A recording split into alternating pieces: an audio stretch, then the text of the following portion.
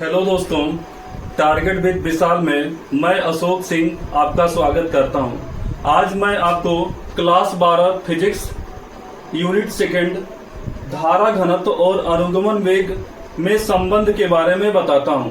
देखिएगा, ध्यान से देखिएगा। हमारे पास एक यल लंबाई का कोई चालक तार है जिसका क्षेत्रफल a है। देखिएगा, ध्यान से समझिएगा। यहाँ पर हमारे पास यल लंबाई का कोई चालक तार है जिसका क्षेत्रफल a है। इस चालक तार में कुछ इलेक्ट्रॉन एक बिंदु से दूसरे बिंदु तक प्रवेश करते हैं और प्रवेश या गति करते समय आपस में कुछ इलेक्ट्रॉन टकरा जाते हैं। टकराने के पश्चात कुछ इलेक्ट्रॉन आगे बढ़ जाते हैं और इस प्रकार इलेक्ट्रॉनों के आगे बढ़ने को ही अनुगमन वेग कहते हैं और अनुगमन वेग को Vd से प्रदर्शित करते हैं। अनुगमन वेग बराबर होता है L/T। देखिएगा, ध्यान से समझिएगा।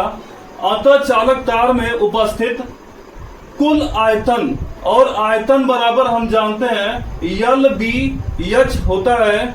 यहाँ पर देखिएगा, L का मतलब लंबाई और B का मतलब चौड़ाई से है, तो LB को हम क्षेत्रफल A के द्वारा लिख सकते हैं और H का मतलब कि इलेक्ट्रॉन एक बिंदु से दूसरे बिंदु तक L लंबाई दूरी तक जा रहे हैं, अतः ऊंचाई की जगह हम L लिख दिए हैं। देखिएगा, इस प्रकार तार में उपस्थित कुल आयतन AL हो जाता है। अब आगे चलते हैं। तार में उपस्थित कुल मुक्त इलेक्ट्रॉनों की संख्या, और इलेक्ट्रॉनों की संख्या को N से लिखते हैं, अतः कुल आयतन के साथ साथ इलेक्ट्रॉनों की संख्या को भी प्रदर्शित करते हैं। अतः तार में उपस्थित कुल इलेक्ट्रॉन NaL होता है। फिर से देखिएगा, तार में उपस्थित कुल मुक्त इलेक्ट्रॉनों की संख्या NaL हो जाता है। अब तार में उपस्थित कुल आवेश, और हम जानते हैं आवेश को Q से लिखते हैं और Q बराबर होता है Ne। तो यहां से हम मान रख देते हैं, Q बराबर हो जाएगा NaL × E। समीकरण 1 से हम इसको लिख दिए हैं। लेकिन हम जानते हैं आवेश Q बराबर होता है IT, और समीकरण 2 इसको प्रदर्शित कर रहे हैं। अब देखिएगा, समीकरण 1 तथा समीकरण 2 से IT बराबर हो जाएगा NaL × E, और यहां से T का मान निकाल दिए हम। T बराबर हो जाएगा NaLe/I। अब देखिएगा, आगे हम जानते हैं अनुगमन वेग को Vd से लिखते हैं, और Vd बराबर होता है विस्थापन बटा समय। विस्थापन का मतलब कि इलेक्ट्रॉन एक बिंदु से दूसरे बिंदु तक कितना दूरी चल रहे हैं, तो L दूरी विस्थापित हो रहा है, अतः हम इसको विस्थापन को L से लिख रहे हैं और समय कितना समय लगा और इसको T से लिख रहे हैं।